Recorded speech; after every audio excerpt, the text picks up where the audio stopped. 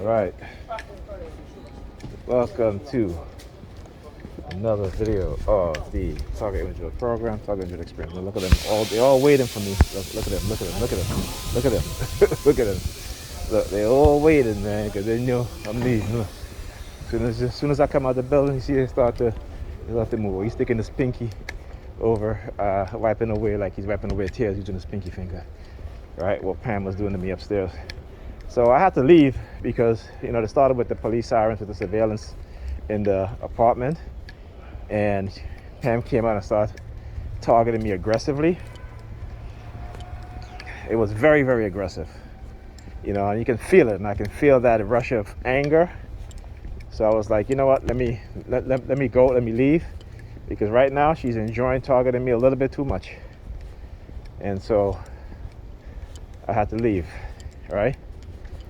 And you know, I went to tell her I went to tell her about during the week, and I guess she was trying to unclose, so I opened her bedroom door. You know, she was just in her underwear. You know, she had a dress in front of her covering herself up. So went back, put on my clothes, and went to tell her I was leaving. And opened up her bedroom door again, same thing, except she didn't cover herself up. You know, and this is what I talk about, how they, he's a white guy, yeah. This is what I talk about, how they use her, right, manipulate her using the technology now. And then my daughter, as I was leaving because of what just happened, you know, with the police sirens and Pam targeting me aggressively. So I was like I said, getting ready to leave. My daughter went in front of the TV and started saying something about crazy. Oh, this crazy, this is crazy, this crazy. And she keeps twisting herself. This crazy, this crazy. So I told her, I said, what are you doing? I said, you need to stop it, cut it out. Right? So she was on her computer now, watching her videos. Okay? But as soon as I got up to get dressed, because again, what happened with the police, with the sirens, and Pam came out into the living room and started targeting me. And then as I was getting ready to walk out the door, my daughter got up, kept walking back and forth. So I had to basically said to her, I said, hey, stop what you're doing, go sit back down on your computer and go watch your videos. And that's exactly what she did. So when I talk about these technologies, again, giving you guys real world example and sample, and then of course you're gonna see they use the guy in the wheelchair, right? The wheelchair. Again, everything may not look as if try to make it look as natural, but it's all orchestrated, it's all timed, again, to give the illusion that it's natural. Particularly if you're a TI, no, it is not. Everything is synchronized. You're targeted, and these people play an active role, not just through the technologies controlling them, but also through information given to them. Location, what's happening when you're leaving. That's why you see all the guys in the moving truck were standing around, and as soon as I came out the building, they all started moving, right? They all started, one guy on his phone, okay, started walking, you know, in the opposite direction. The other one went to the side of the vehicle where the driver's side door is, you know. They were all standing around. As soon as I exit out the apartment, because this is what happened, they were waiting, right? This is what, using the technology to trigger Pam and using the police, so as a intimidation tactic, or as a tactic as to saying that if I get upset because she's targeting me, and again, I'm not a violent person, but because of their attacking you with this technology, sometimes you will probably become aggressive as a target individual. So the police is used as a deterrent to deter any sort of physical activity or physical action on the target's part, okay? And so this is what they try to do. This is what is one of those fight or flight moments, okay?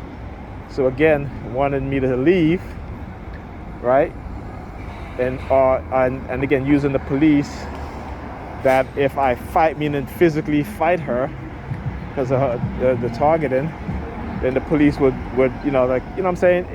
Again, I'm showing you guys how how they are using this technology to manipulate, to control, anybody, right? And again, that's why when I felt that rush of anger because she was talking, and she was smiling about it too. She had a big smile on her face, Again, but that is to entrap you. That is to trap you, to get physical, right? So that they can call the police or what have you, such and such, because I was playing Fortnite, and in one of the matches they had a gay character. It was a female character, it had the gay flag and everything like that. And the person keeps like jumping in front of me, like blocking me, trying to block my movement, So, because you hear the sirens, yeah, because then I'm talking about, then I'm exposing what it is that they're doing. So again, using the gay character, female character within the game, and basically blocking me, if I try to move, they'll come in front of me or what have you to block my path, right? So again, I look at this thing from a broader perspective, not just because in my targeting, but I look at how within the community of where black people live, particularly young black women, how they have within the past decade and a half, you see an exponential growth in homosexuality. For women, it's bisexuality or lesbianism, more so than any other group. The growth in which the communities in which black people live, particularly with women, the explosive growth in lesbianism and bisexuality coincide with an agenda against black people, right? So whether people want to believe it or not, there is an agenda. All you got to do, again, is look at the evidence, look at the data, look at the growth, okay? More so than within any other group. And you would think in America it would be white people who have in terms of the most population in terms of gay, bisexual, or lesbianism, but it's not. Okay? It is black people, right? Again, we got to understand what's going on, and these technologies are used to do that. Not also that, but they manipulate us. They surveil us. So if you're having issues in your relationship, I guess, this would happen to, it wasn't, well, when my ex-husband died, right, my ex-fiance, a long time ago, almost 20 years ago, actually, about 20, actually more than about 20 years, a little over 20 years ago. So when her husband died, she was telling me, she had called me one day and she was like, a really strange thing happened, because I've been talking to her about this stuff, right? About how they use our emotions, how they surveil our communities, and how they listen to our conversations. We're having issues with each other in terms of relationship-wise, and particularly, where it is that we work. So if you work amongst white people, you tend to want to talk to them about your issues. And that is the wrong thing to do. As a black person, I've learned, don't ever talk to white people about particularly white people that you work with, about your issues, whether in your relationship, in your marriage. If you're a man and a woman, don't do it, right? Because within them, subconsciously, they are conditioned to want to see your relationship destroyed, all right? And particularly if you're dealing with black women who work in these spaces, these white men will, they want to sleep with you, basically. Not to say that, there's nothing wrong with it, right? But their sole purpose is to destroy your relationship, to destroy any chance of you getting back into your relationship or saving your relationship. Okay? This is what they do. So it's no surprise that with Pam, with all the subliminal messages they've been sending me about her, with this white woman, bisexual and all this shit, it's not a surprise to me that, if it turns out to be true. Again, this is a subliminal message they sent me, right? So I wouldn't be surprised if it turns out to be true, and the fact that they're trying to hide it and again, they said to me a long time ago, we're going to take everything away from you, right? Why? Because they want me to be quiet about the non-consensual human experimentation, the microchipping, and what they were doing, right? So this is what I'm talking about. So you see, you got to understand exactly what's going on. So like I said, so I just told her, I said, you know what? I already told her, I said, listen, you got 2 weeks. You got to find somebody to pick up Alyssa in the afternoon, or I gave you the form to fill out. You haven't filled out the form. She hasn't done anything but the form. So what they're doing now is doing counter, right? So whoever maybe she'll have somebody else pick up my daughter. Now, she may not want me to know who. You know what I'm saying? Which again, these are the things that black women do to manipulate situations. You know, I talk about how there are many black men out there who are raising children that is not of their own, because a lot of these women lie about who they sleep with and lie to the other person, not sleeping with more than one person, and lying to the other person that they're the only one, right? So again, and there's a reason why they don't make DNA testing mandatory when in terms of childbirths, is because it is a racketeering game that the white races within the states who've created the laws, they benefit from it. They benefit from child support. The government benefits from you and I paying child support. Okay, it is a racketeering scheme.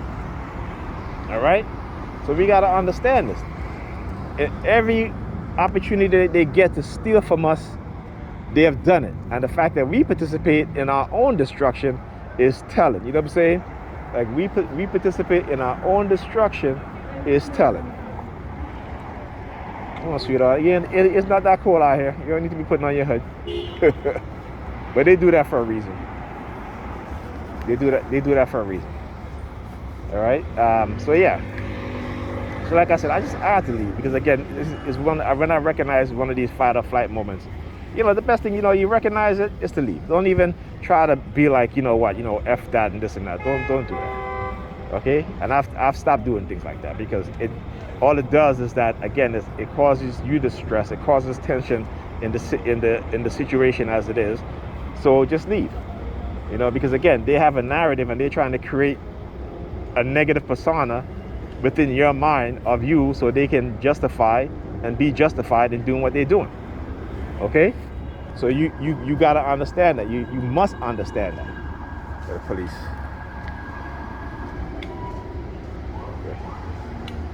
That's the ambulance. Oh, you see, they show up. Look, they show up. Look. Oh, but look where they stop. Right? They ain't come out. Okay? They ain't come out over here.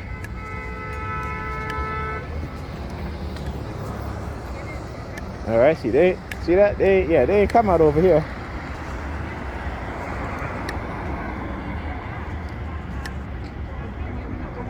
Hey, dude, get out of his vehicle.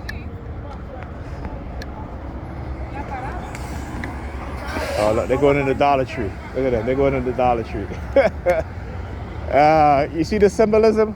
So I talked about early on in my targeting how when I would go on job interviews that they were men standing in front of the establishment, white men in particular, right? And when they see me, they would take out $1. So I want you to understand how they do transference of, these types of attacks, right?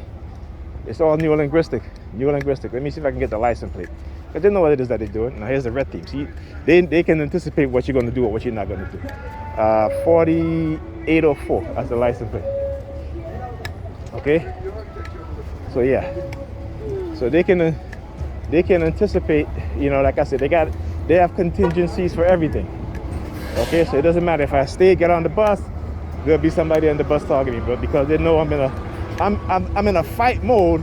Along with the flight mode, meaning that I'm not going to fight with Pam, I'll just leave, but I will fight with them in terms of exposing what it is that they're doing. All right, let me get on this bus.